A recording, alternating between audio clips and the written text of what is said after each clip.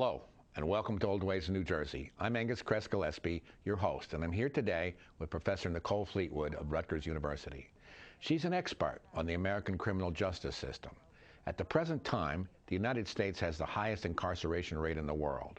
Russia has the second highest rate, followed by Rwanda.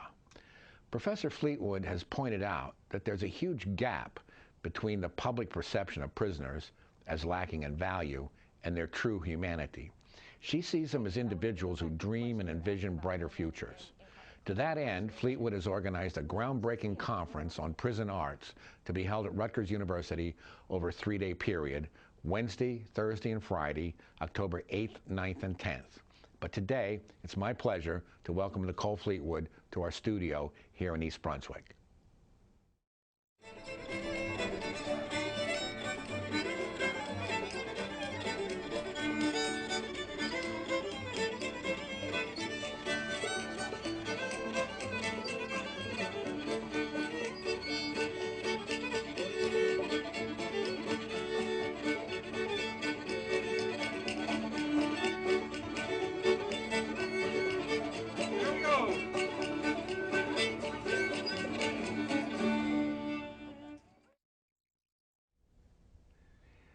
Back in 1841, Dorothea Dix did an investigation of the American prison system, and she found that the conditions were inhumane, that prisoners were chained naked and the insane were confined to cellars and closets. Hopefully things have improved since then. Would you agree?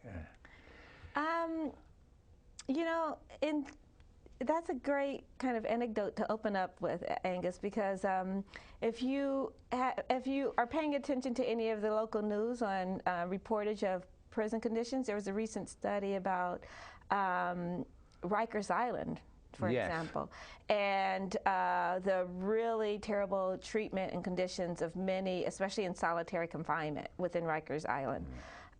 Not only are the conditions considered to be inhumane, but in many cases they're actually considered to be torturous of those who are under the age, juvenile offenders who've been incarcerated and have experienced long-term irreparable damage from such long stints of isolation.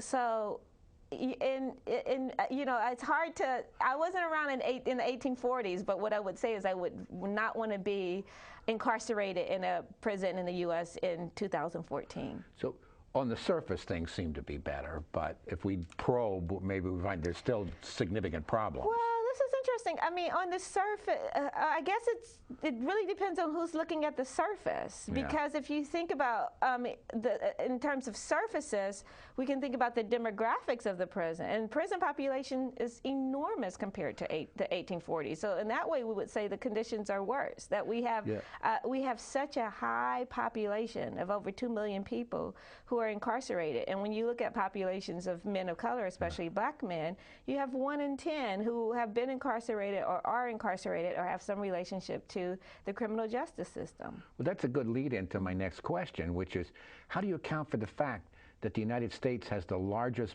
prison population in the entire world? To me, there's one kind of overarching way of thinking about that, and that's the fact that the U.S. criminalizes its citizens. I mean, it's the criminalization of citizens that leads to a high population of prisoners. And what I mean by that is that, you know, our ideas of crime obviously changes over time. And we clearly have some standards about what we think are violent crimes. And those standards have, you know, been around throughout many cultures and times across civilizations, right, in terms of murder and theft. And so sexual assault, although ideas about these, what justifies certain acts and how people are punished based on those acts, those social breaches, those kind of violent crimes have changed over time. But at the same time, a lot of the prison population currently in the U.S. are because of newer laws that have come into being in the 20th century, like, for example, the war on drugs that really started in the early 70s, and a high criminalization of people for drug possession in cells. That is something we can trace back to the late 60s, early 70s, 1971 with the declaration of a war on drugs. With So it's a President recent Nixon. development. So these are recent developments. And we can also think about policies, really punitive policies that have been on a rise to punish the poor. So there is a study by a UC Berkeley sociology professor, Lloyd Wycott, about literally the criminalization of the poor. You know, and that the poorer you are, the more susceptible you are to harsh, punitive policies, which with incarceration being one of the most punitive and restrictive of them all. And I suppose some of this booming prison population has to do with removing the discretion that judges have. Like mandatory sentencing. Right. Okay. And I mean, it's interesting because in some, you know, we can look at that, and especially with some of the drug drug policies, how mandatory sentences with, you know, with first-time offenders of drug possession and the like have led to these very, very long sentences. But we also have not just anecdotes, but documented evidence of corrupt judges.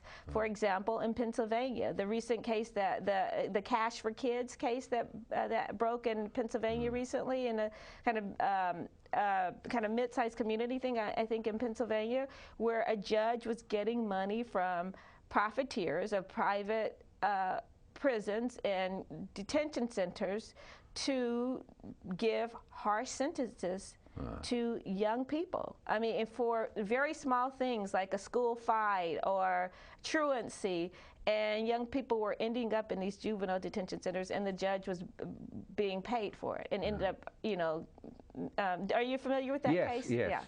So it was widely publicized. It was widely publicized. So my point is, you know, I don't think it's just that some of the control has been taken out of judges' hands. I think there is the long sentences that we can associate specifically with the war on drugs, the rising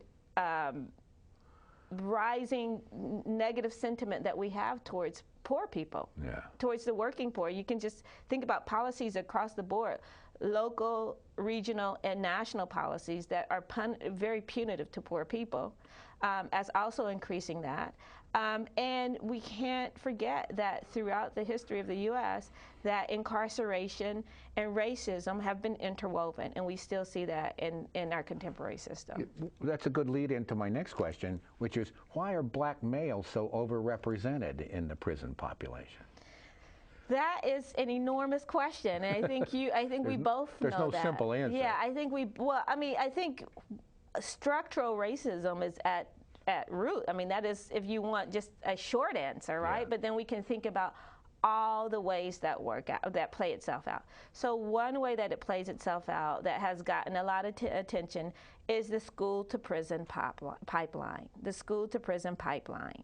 And so what that is that young boys of color, primarily Black and Latino boys, are treated at a very early age with much harsher practices by school administration and teachers than any other group of students in a classroom. That's across the country. We see that that's been documented in several studies. And what that does cumulatively over a period of one's elementary and secondary education is create all kinds of negative affects. One, it's a kind of lack of trust in the administrative system, in the educational system. It's a kind of record building of a problem child that we see systemically being associated with young Black boys for sometimes very small things like, you know, being boisterous in class or speaking out or standing up, or, you know, things that are that we can associate with all children. But the labels get much harsher as they're placed on especially young Black boys. So as that accumulates, you see a higher level of Black boys dropping out of school because they feel like that the school system is very punitive and very negative, and it's not set up in a way to educate and mentor them. And the ripple effects of that are really disastrous in many ways. We also know that stop and frisk is extremely negative and detrimental to young black boys, teenagers, and young men. There's lots of work right now to rethink what's happening in New York City under the new mayor and the policies that he's inherited from Giuliani and Bloomberg, right? And so that is probably one of the most documented kind of national and international cases on the impact of stop and frisk.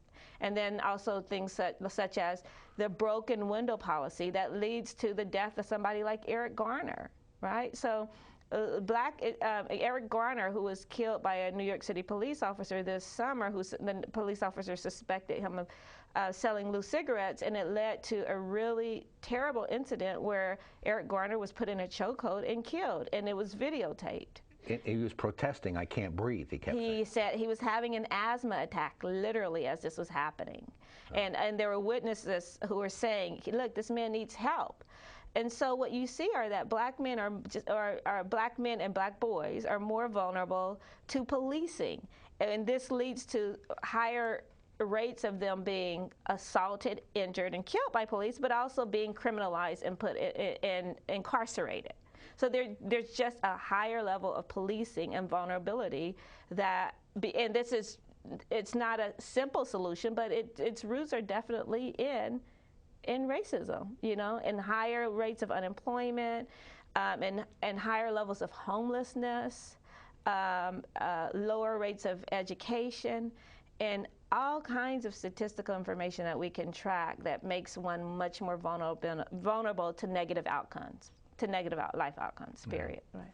Well, a related question, how do we account for the fact that female incarceration has increased fivefold in the last 2 decades? What's going on with that? That is a really important question, and you have many people who are working who are doing criminal justice work, advocates, and feminist theorists who are working in this area. And so we're looking at several reasons. One, again, is the higher criminalization of poverty. And so women, we know, especially single mothers, have higher rates of poverty.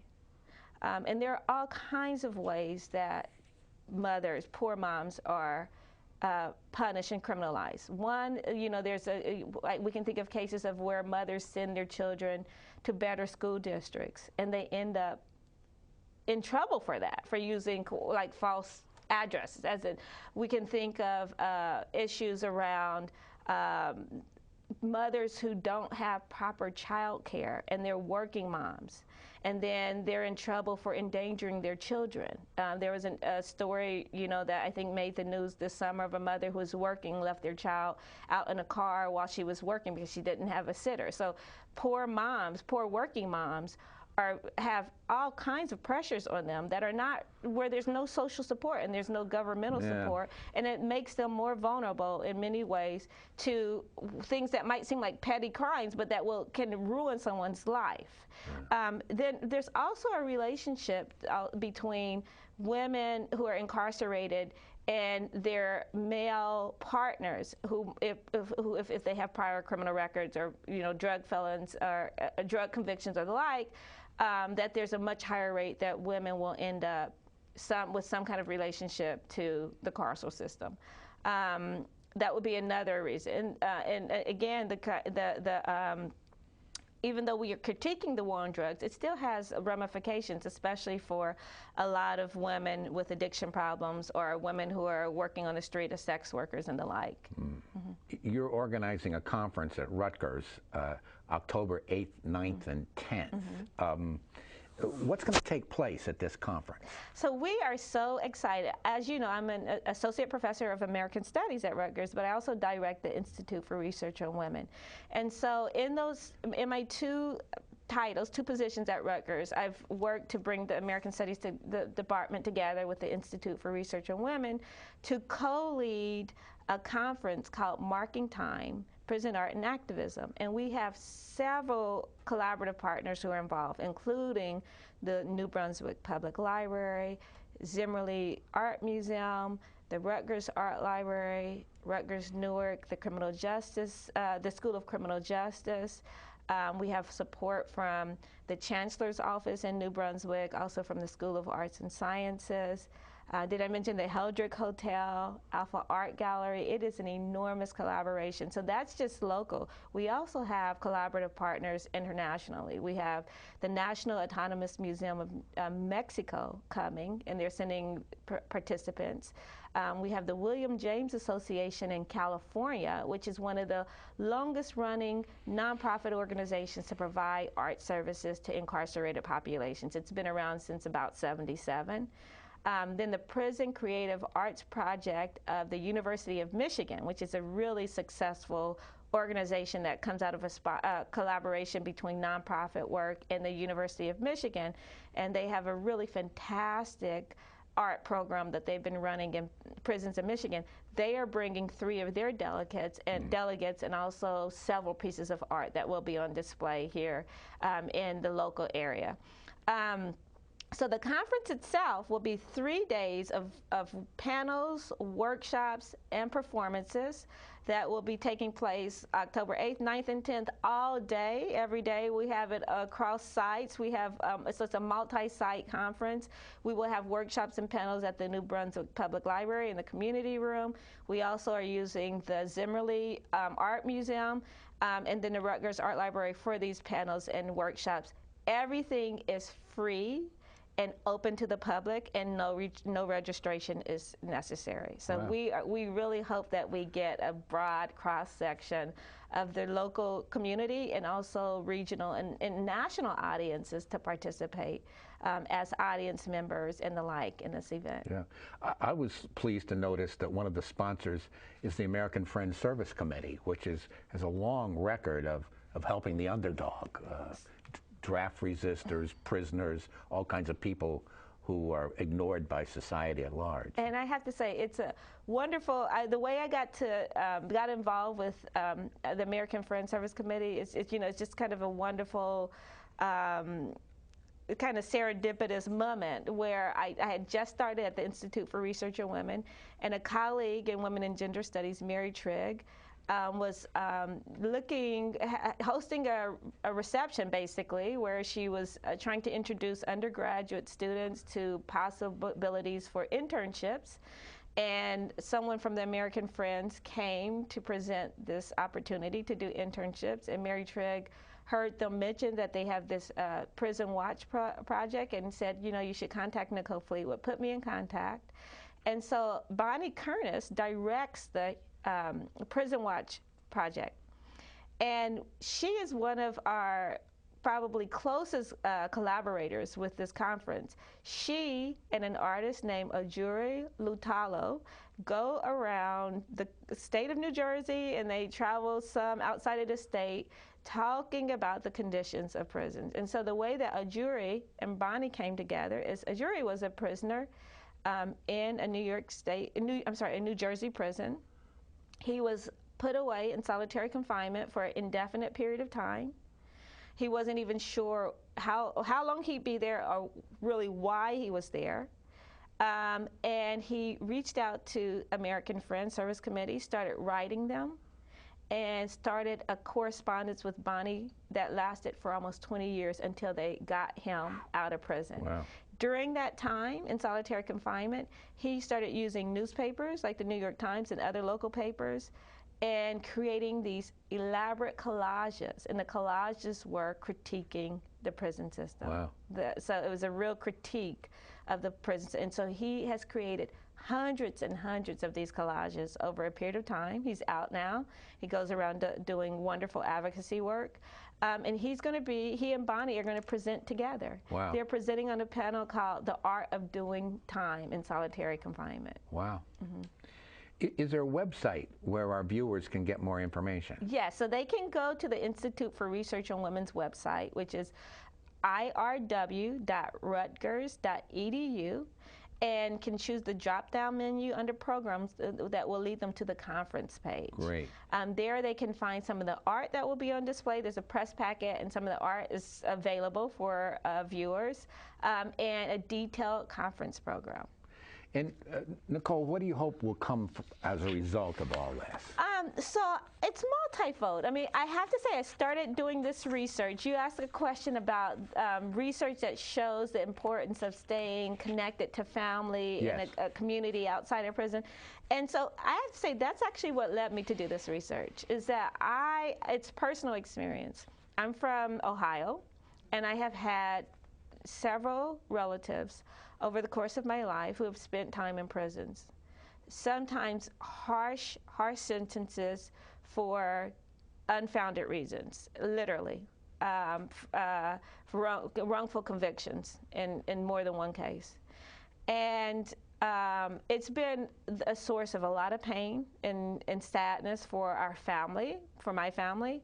But as I started to reflect on this relationship, this writing relationship that I've had with many of my relatives who spent time in prison, I started to notice how much of our correspondence actually centered around visual material, sending back and forth photographs, handmade greeting cards, and pieces of art.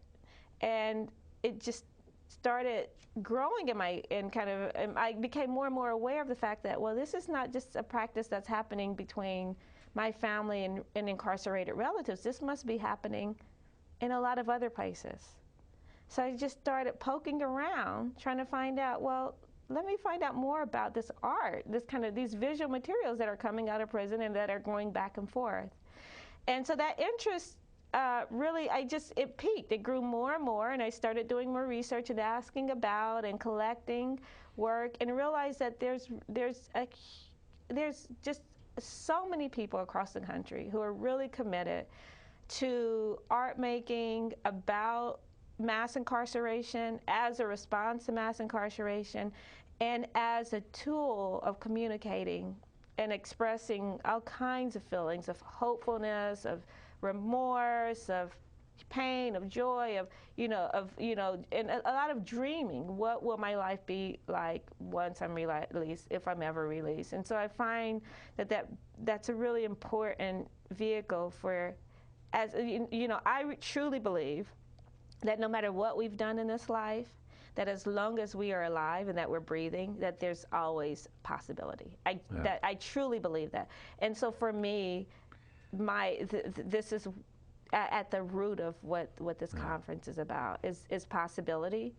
And there is a critique of the criminal justice system, for sure, because I do think that it's harsh, and I think it's racist, and I think that in many we can look at countless examples of harsh convictions and wrongful convictions. One of our panelists is Dean Gillespie, who spent 20 years in a prison in Ohio for something he did not do, and the only thing that kept him sane was friendships and making art. And he was eventually exonerated by the Ohio Innocence Project. So he's going to be there sharing his art. He created these amazing dioramas. You probably saw some of the little miniatures there, like kind of folk art traditions. So he's one of our panelists. But, I hope that no matter what people's thoughts are on prison or the criminal justice system, that they see value in this conference, and that they come out and they really see a value in human capacity and possibility. I mean, to me, that's really the thing that motivates me to get up and to really, do the work that I'm doing. Well, I guess also coming out of the conference, there's a message for the rest of us that these prisoners, of whom there's so many, are not just bad people, but they're human beings with dreams and families that care for them. They are human beings, absolutely, and I wouldn't not use the language "bad people," because there's so many circumstances that lead people to be in the harsh and terrible conditions that are the contemporary U.S. prison system. So, I don't use the label "bad people." It does not mean that I think that everyone in prison is innocent. I don't have any kind of allusions to that at all. And I also am certain that, I would not want to be left in a closed room with some people who are incarcerated, right? Yeah. But that's also, there are many people who are not incarcerated with whom I would not want to have to share close quarters, I mean, just to say that, that I think the prison population to me is reflective of the broader population, and I do think that there's a slippery slope that I do believe that any of us can find ourselves caught up in the net. In a system that, and in punitive situations that we wish that we were not in. So I think that broadly, and I think there are many kinds of prisons, including emotional prisons. I mean, there's the prison system we're talking about, but there's all kinds of ways in which we deal with issues of confinement and punishment. But there are specific things that I would like to have come out of this conference. One is I see that many of the artists and community organizers and educators are working locally in their communities with very limited resources, often existing based on, from grant to grant, small grants. And I'm hoping that we can create a national network of support and shared resources. Mutually shared. Mutually shared. So that's one of the goals, is to really help create a network that people who are working in Alabama, we have a participant who's coming from a prison arts project in Alabama. Her conditions are very different than someone who's working in arts making in California, where there's a really established system of that happening, and a more left-leaning population, even though California has the biggest state prison population in the country. So it's, it doesn't mean that it's an easier system. Well, Nicole, I want to thank you for sharing your insights with our viewers here in East Brunswick Television. I just want to briefly recap. The conference is October 8th, 9th, and 10th, Wednesday, Thursday, Friday, at Rutgers in New Brunswick. And it's free, it's open to the public. And just give us the website one more time. irw.rutgers.edu. So yes, the conference is October 8th, 9th, and 10th. What I want to say is that there's also art on display in 6 locations throughout the month of October, and some that's already up in the Zimmerly Museum. We have a Jesse Crimes exhibit, but we will also have public art on the Eagleton Lawn. Wow, cool. So 6 different locations, and you can get all the information off the website. Thanks so much. Thank you. This has been a pleasure. Okay.